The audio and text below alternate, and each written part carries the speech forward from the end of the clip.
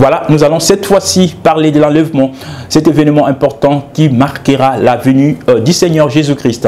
Il est vrai qu'aujourd'hui, beaucoup de gens entourent l'enlèvement d'un mythe. Pour certains, cet avènement du Seigneur s'est déjà passé. Et pour d'autres, c'est tout simplement la mort. C'est-à-dire que si vous mourrez, c'est votre enlèvement. Alors, qu'est-ce que la Bible et le message nous disent exactement sur l'enlèvement? Quand cela va-t-il vraiment arriver? Comment va-t-il se passer? Tentative de réponse dans cet élément. Tu nous as dit, quand vous verrez ces choses arriver. Les temps dans lesquels nous vivons actuellement poussent les chrétiens à regarder de plus près les promesses de la fin des temps.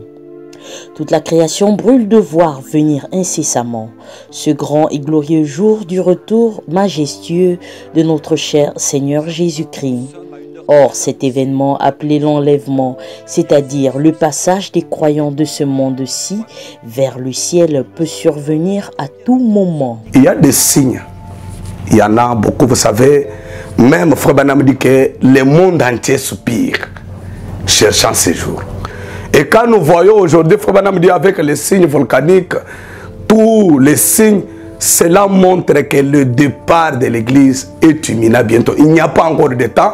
D'ailleurs, selon le chronomètre de temps est déjà terminé. Vous savez, Frère Branham a dit, pour moi, cela allait avoir lieu en 1977. C'est que le temps de Dieu devait se limiter à 1977. Si on est jusqu'aujourd'hui, ce n'est pas dire que la prophétie a échoué, mais c'est la patience de Dieu, comme Dieu a été toujours patient dans toutes les périodes.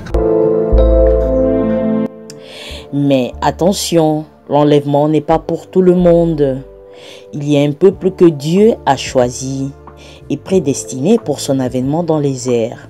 Le pasteur Christophe Kabongo nous précise sur la catégorie des croyants qui feront partie de l'enlèvement. C'est que depuis le temps de Paul jusqu'au 7e âge, tout le monde a l'accès à l'enlèvement, ceux qui avaient écrit le message de leur temps.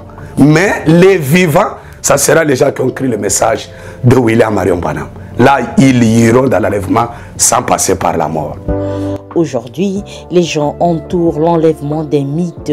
On retrouve plusieurs vidéos et films tournés pour montrer ce que sera l'enlèvement. Et pourtant, ces films sont loin de décrire la réalité de cet événement majeur qui va marquer le départ soudain de l'épouse. L'enlèvement, c'est un événement soudain et secret. Frère Branham donne l'exemple d'un mouvement d'un clin d'œil. Ça ne se fait pas. Tout le monde est dégagé. Ceux qui sont prédestinés à l'enlèvement sont expulsés dans l'heure dès qu'ils verront les morts ressuscités. Et ça va se passer, frère Bill, de manière que, même si on est à deux, tu ne sauras pas que moi je suis parti dans l'enlèvement. La Bible nous dit que ce qui s'est passé du temps de Noé se produira également du temps du Fils de l'homme.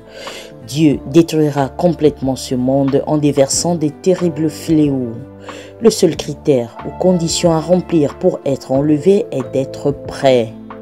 Le pasteur Christophe nous raconte ce qui va se passer après l'enlèvement. Ça sera une période de sans excuses. Ça sera une destruction totale, à tel point que les gens se donneront même la mort. Ils vont se jeter dans la mer pour mourir, mais ils ne meurent pas. Quelle heure est-il? Après l'accomplissement de tous les signes prédits dans la Bible, l'enlèvement n'est plus loin de nous. Jésus revient. Et cela pourrait se produire dès aujourd'hui.